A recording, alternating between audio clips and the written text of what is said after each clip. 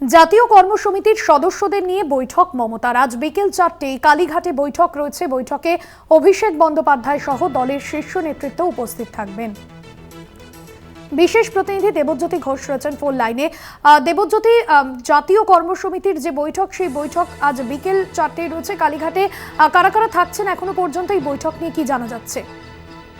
দেখো, জাতীয় কর্মসমিতির যে 23 জন সদস্য রয়েছে, তার মধ্যে 22 জন সদস্য উপস্থিত থাকছেন এবং উল্লেখযোগ্যভাবে সুখেন্দু শেখর রায় সেই ডাক পাননি এখনো পর্যন্ত।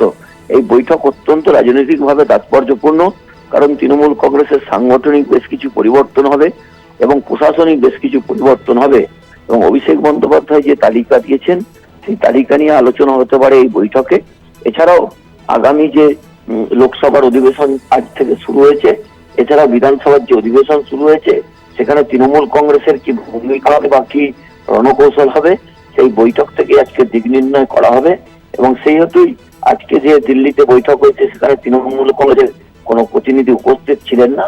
তবে অত্যন্ত গুরুত্বপূর্ণ তৃণমূল নেত্রী মমতা বন্দ্যোপাধ্যায় এবং অভিষেক বন্দ্যোপাধ্যায় যেহেতু উপনির্বাচনে বুঝতে পেরেছেন যে জনমত তাদের পাশে রয়েছে, তৃণমূল কংগ্রেস কিন্তু দুর্নীতির বিরুদ্ধে বেশ কিছু পদক্ষেপ গ্রহণ করতে পারে এবং আজকে জাতীয় কর্মসমিতির বৈঠকে সেই দিকগুলো নিয়ে আলোচনা হতে পারে। সেখানে তৃণমূল কংগ্রেসের প্রথম সারির নেতা অভিষেক বন্দ্যোপাধ্যায়, মমতা বন্দ্যোপাধ্যায়, সুদীপ বন্দ্যোপাধ্যায়, কল্যাণ বন্দ্যোপাধ্যায়, ফিরাদ হাকিম থেকে শুরু করে কাকলি ঘোষ, সৌগত রায় সহ একাধিক সদস্য উপস্থিত থাকবে এবং সেই বৈঠকে অনুব্রত মণ্ডলও উপস্থিত থাকার সম্ভাবনা রয়েছে। ভাস্বতী, একদমই ধন্যবাদ জানাবো। দেবজ্যোতি ঘোষ আমাদের বিশেষ প্রতিনিধি ছিলেন ফোন লাইনে।